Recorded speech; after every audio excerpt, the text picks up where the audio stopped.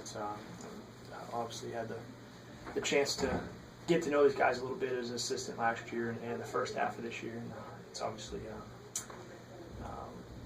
helpful to have some guys that they're familiar with the practice habits and kind of the roster as a whole. Mm-hmm. So obviously it's a little bit of a transition for me, but the rest of our staff is intact.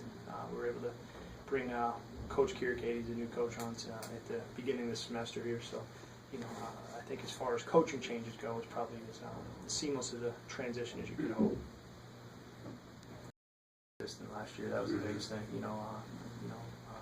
I think to have the type of season that he had, you just put together good at bats every day, and he does a good job of. Obviously, he's dangerous. He's got some power. He can hit you some doubles, some home runs, stuff like that. But when he's swinging at good pitches, when he controls the strike zone, he's really tough to beat. And he gives us a really good presence in the middle of the lineup. And he's been really good again this fall and this preseason. He's coming off a great summer out of the Northwoods League, and he obviously does a lot for us. So he's one of those guys that in the middle of the lineup that can allow everybody else to kind of take their slots around him. He's a guy that pitchers coming into the series are very much aware of. Obviously John was awesome. Beginning to end last year was a huge part of last year's season.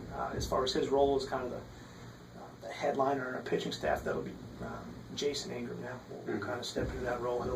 He'll be our Friday night guy, which is a role that John held for some of last year. And obviously the first guy on your staff sets the tone, for a lot of the weekends.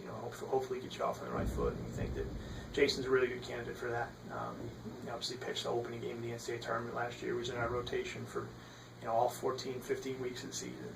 He's one of the key components this year. He's one of the most highly regarded pitchers in the conference. So we're excited to have him, and I think he's more than capable of kind of jumping into that spot at the top of the rotation.